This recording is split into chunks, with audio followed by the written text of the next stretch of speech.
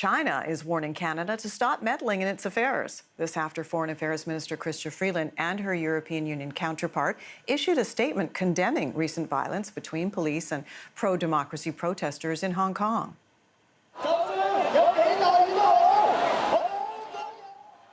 Nearly 2 million people braved a torrential downpour in Hong Kong on Sunday in the biggest demonstration yet. The protests began in early June over a proposed extradition bill. That bill was shelved, but the protests have grown into a much broader movement demanding democratic reform, as well as an investigation into alleged police brutality against protesters. Meantime, supporters of the pro-democracy movement faced off with pro-Beijing supporters across a busy downtown Vancouver street on Sunday. This was the second day in a row the opposing groups had confronted each other. Police were on hand as the two sides tried to drown each other out. Traffic was blocked, but there were no reports of violence. For more, I want to bring in Elliot Tepper. He's an international relations professor at Carleton University. Elliot, let's talk about Canada making a statement, as it did with the European Union's counterpart, Chrystia Freeland, speaking on behalf of Canada. Is that an appropriate statement for Canada to make at this time? Certainly it's appropriate. And not only that, having the entire EU, this is the High Commissioner for on the other side, she speaks for the foreign policy of the entire EU. This shows that Canada is not alone in the world. But what's interesting is that we have kind of dueling communiques. We have this release, which talked very neutrally about Hong Kong's need for calm and that everybody should look after the rule of law and that there should be, there were no accusations here against the Chinese, but there was a call for return to calm and for police to show restraint. The other side, if you read the response by the Chinese embassy here, is very interesting because it clearly saw this as an attack on them. And they said, this is a sovereign matter. Outsiders should not be intervening. And there's something very technical going on if you compare the two notes.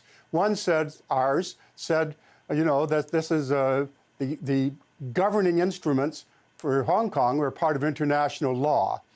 And if you read carefully the response by the Chinese embassy here, it very emphatically says that there is no international law here. We said international agreements, they say international law.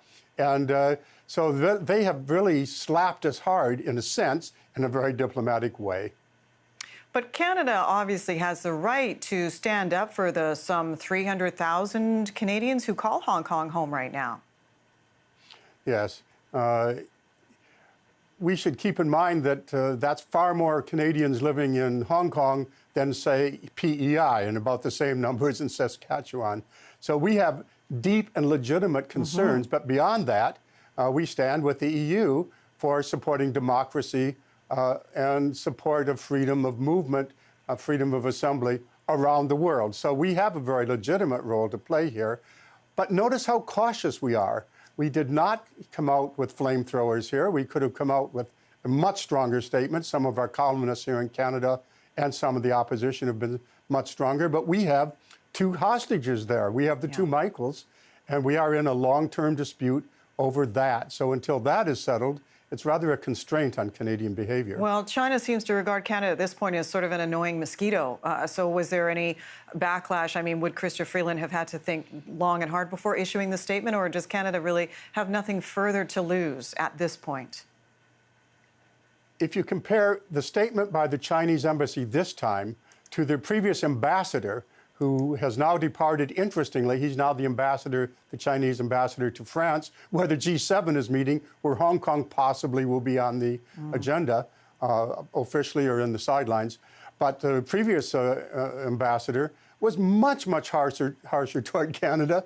You know, he talked about white supremacy. If we were going to do something at that point, we could have easily called him in and said, why don't you go home, take the next plane, and reconsider your vocabulary. We didn't do that. So we are in a very difficult situation trying to protect our interest. There's also another side of this that hasn't caught a lot of attention. China has just raised the stakes against Hong Kong by saying not only in Shenzhen next door are they massing troops that could move in, but they're also threatening Hong Kong to develop Shenzhen further into a competitor, to diminish Hong Kong as important at all to China and making them look insignificant. And by the way, Shenzhen, right across the way, has the international headquarters of Huawei. Yeah. Topic for another day, because we're flat out of time, Elliot, but appreciate yours as always. Thank you. Oh, you're very welcome, Jen.